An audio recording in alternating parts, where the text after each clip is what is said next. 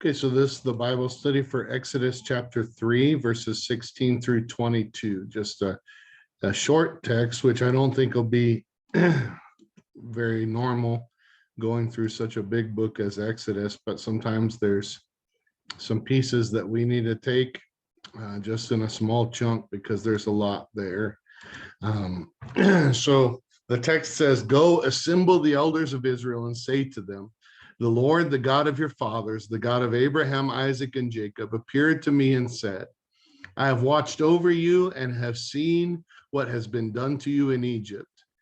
And I have promised to bring you up out of your misery in Egypt into the land of the Canaanites, Hittites, Amorites, Perizzites, Hivites, and Jebusites, a land flowing with milk and honey. The elders of Israel will listen to you. Then you and the elders are to go to the king of Egypt and say to him, the Lord, the God of the Hebrews, has met with us.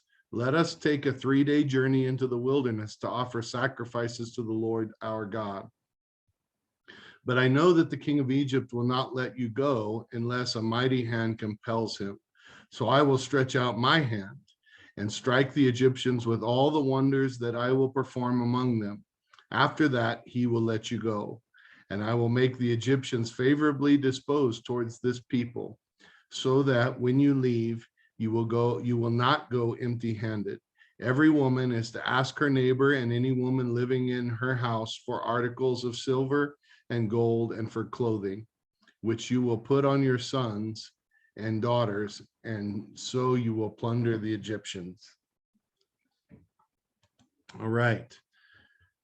So, number one, remember that you can download PDF copies of this Bible study at www.abqnaz.org/alive so that you can follow along with the questions as we study this text. So number one in this Bible study says, what happened in last week's Bible study? A, Moses was tending his father-in-law's flock. B, an angel of God appeared to Moses in flames of fire from within a bush, and he went to see why the bush did not burn up. That's true. C, God spoke to Moses. Yes. D, Moses asked, who am I? And who shall I say you are? So we talked about that a little bit, those important questions. Who am I and who is God? And, in the end, the relationship between us and God, those two questions make a big difference in our understanding of who God is to us. So that was last week's text, very important text, the burning bush. And now we're just taking a little bit of chunk here, which is God's instructions to Moses after the initial call. So number 2 says, what does God tell Moses to do according to verses 16 through 18? A, go assemble the elders of Israel. Now, let me just say, since he's not in Egypt, he's in Midian, he's out in exile, that is a big go. So that's not a small go. I think sometimes when we think of God calling us to go, he's talking about us to go say something or do something at our church, at work, in our neighborhood, someplace where we already are going. So even in the go that we have in Matthew 28, where it says, therefore go into all the world and make disciples, the Great Commission, you've probably heard this message before, that the right translation of that, or perhaps a better translation of that, is therefore in your going make disciples, or as you go. And so that call was, even though we sometimes talk about the go of that, it's a lot of times we are already the places that we need to go. The go is really what we're to do as we go. And those calls, I think, we don't think that they're easy. Some of the things God calls us to do and to say in the places where we are already going are very difficult, I think, for us. But this go that Moses is being given, this command to go, is to go back to the place where he was considered a murderer, go back to the place where Pharaoh had wanted to kill him. Now, of course, we learned in one of the previous texts that that Pharaoh had passed on and there's a new Pharaoh. So maybe it wasn't quite as scary, but so he is called to go. How will he be received? The last encounter with an Israelite he had was that person saying, "What are you going to kill me too?" And that's how he realized he had been found out. So will the Israelites receive him?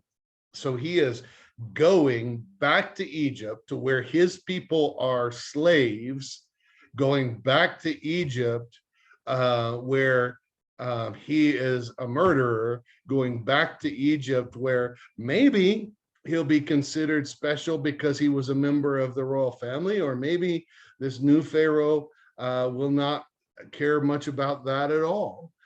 Maybe the new Pharaoh will put him in bondage as well with the rest of his people. Maybe, it's those maybes that we work through when God calls us to do something difficult, and the maybes of what would happen are almost always negative, and so that's why we don't want to do what God tells us to do, because it's scary because of all the maybes. So here he goes. Will the Hebrews accept him? Will Pharaoh listen to him? And I think God does answer that question right in here. B, tell them that the Lord, the God of their fathers, appeared to him and told me that he has seen what has been done to them in Egypt. That him and me switch might confuse you. But basically he's supposed to, if we were to put it in quotes, the Lord has appeared to me and told me that he has seen what has been done to you in Egypt. C, tell them that God said he has promised to bring you out of your misery in Egypt and into a land flowing with milk and honey. So this is a promise. God has a plan. He knows what you're going through. He wants you to bring you out into a great place. No longer in bondage, but in freedom, and in a place where you're going to be blessed. D, the elders of Israel will listen to you. Then you and the elders are to go up to the king of Egypt and say, God has met with us. Let us take a 3-day journey into the wilderness to offer sacrifices to the Lord our God. So you're not going to go alone to Pharaoh. You're going to go with all of these elders of Israel, whom you've already met with, and who are on your side. Now, God says they will listen to you. I think I would be wondering and doubtful if I was in Moses's position, but this is what God says. Number 3. So I know the other king has died, but really? The Egyptians are so afraid of the Israelites and their numbers that they've enslaved them and increased the load of oppression, and they're just going to let the Israelites go into the wilderness for a few days because God has met with them. So the two options are yes, that will probably work, or B, no, that definitely won't work. So this is kind of a trick question, right? Because if you heard that message, I think your first response would be, no, that definitely won't work. If you knew that God had said it, and you really have that much trust in God, then your answer will probably be, yes, that will probably work. But is it really usually our first answer, even if we know that we've heard from God? And the answer is no. We hear things from God that are crazy. Now, if you're studying this with us like right now, then we just studied in the book of 1 Samuel about Jonathan going out and attacking with just him and his armor bearer And we ask the question, is he stupid or brave, or does he have faith? And the answer is, it's going to look like all of those three look pretty much exactly the same. And the only way to know is whether God truly said so. And if God truly said so and you go do it, then maybe it's faith. But if you're, so the things that God calls us to do often look stupid. So this thing God is calling Moses to do looks stupid, sounds crazy. This is not going to work unless God is working and making it work, unless God acts. Now, here's the thing. God said, I'm going to act. I'm going to make this work. So then the question is, do we believe him? Is Moses going to go? The next part of the question says, why does God ask people to do such silly things that will never work? And this is a trick question too, because the answer is because they do work with him. So when you know this isn't going to work unless he comes through, and then he comes through, then you know it was him, and you know it wasn't you, and you know it wasn't just because you're so smart that you came up with this great idea, and look how great it turned out. It all worked, because you get to the end and you say, man, people are going to think I'm crazy if I do this, because there's no way this is ever going to work. But God said, so I'm going to do it. And I'm scared to death, but I'm going to do it. And then when God comes through, you can't say, see what I did? No, because nobody's going to believe that you really made that happen, because that was the stupidest thing you ever done. And either God was involved or you were the craziest, luckiest person on earth. And they know that that's not the case. So God was involved. So the next thing says, it's a good thing that we're smart enough not to go on these wild goose chases, right? So now we're getting down into the thing where, do we reason these things out and choose not to do the will of God because the will of God sounds so crazy, and we're smart enough to do better, to do different? And unfortunately, I think a lot of times we're smart enough to not trust God at all. We're smart enough to do what makes sense and not do the things God has told us because they don't make sense. And God help us. And the last part says, what did God say in verse 19 about how the king will respond? It gets better. But I know that the king of Egypt will not let you go. That's not helpful. But he didn't finish there. Will not let you go unless a mighty hand compels him. So then number 4, what according to verse 20 is God going to do to make it happen? So verse 20 begins, so I will stretch out my hand. He says, I know Moses, God says to Moses, I know Pharaoh will not listen to you unless a mighty hand compels him. So I will stretch out my hand.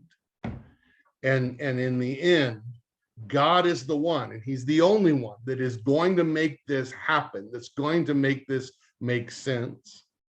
He has to stretch out his mighty hand. And I believe that God wants us in more situations like this, where we have to trust in him, because it will not happen without him. And so he promises that he will make it happen, and he will stretch out his hand. And he says, I know that Pharaoh won't do this. This will not work. I'm just telling you, it's not going to work unless a mighty hand compels him, unless something intervenes. And I'm telling you, I'm the one. I'm going to intervene. And the reason that I am serving God and trusting in God today, believing in God, is because I was in a situation when I was lost where there was no way out unless a mighty hand intervened. And I believed that, and I cried out to him, and he intervened, and I know it was his mighty hand, and there was no doubt in my mind. And from that time on, I've chosen to serve him and obey him, because I said, Okay, I get it. I don't know how to I get myself into situations that I don't know how to get myself out of. And you can make everything work. And I need your mighty hand in my life.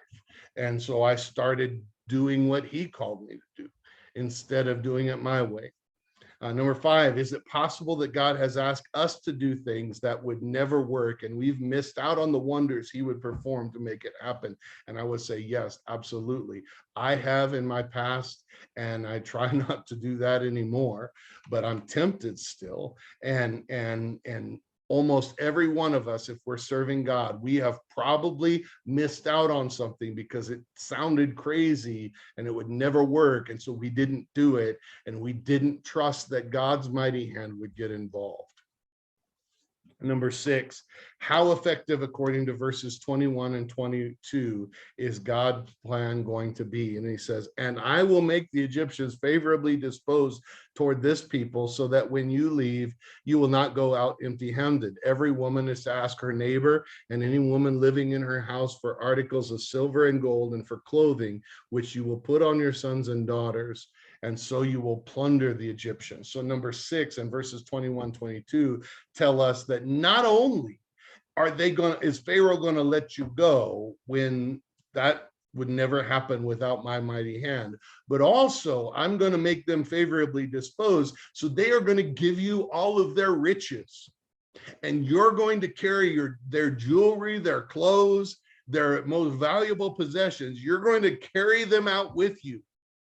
So as if it were not enough for me to tell you that this impossible thing of Pharaoh letting you go out into the wilderness is going to happen, I'm telling you, not only is it going to happen, but you're going to take all their riches with you when you go. And that's how you're going to know that it was me that did it, and not because you're so good at convincing. It's going to happen. I'm going to give you favor. Number 7 asks, how effective have your plans been in difficult circumstances? And the answer is, they haven't worked at all. And they certainly haven't ended up with me carrying riches out of the country with me either. So I'm so smart that I won't do stupid, crazy things, even if God calls me to, which means that my plans are the ones I'm going to follow, and they are going to fail, and I'm going to miss out on what God called me to do, and the blessing that he could have brought, and the freedom and deliverance he could have brought. And so the last part says, are you willing to try it his way, even if it seems silly? And I would argue that if we won't, then that's the crazy thing. And if we won't do what God tells us, even though time and time again in scripture, we see how his plan worked better. And many of us in our own life have seen how his plan worked better, and our plan did not bring about the results we had hoped for. Are we willing to try? We're crazy not to. But some of us continue down this path of thinking that we know better than God. And so is it time that we chose to try his way?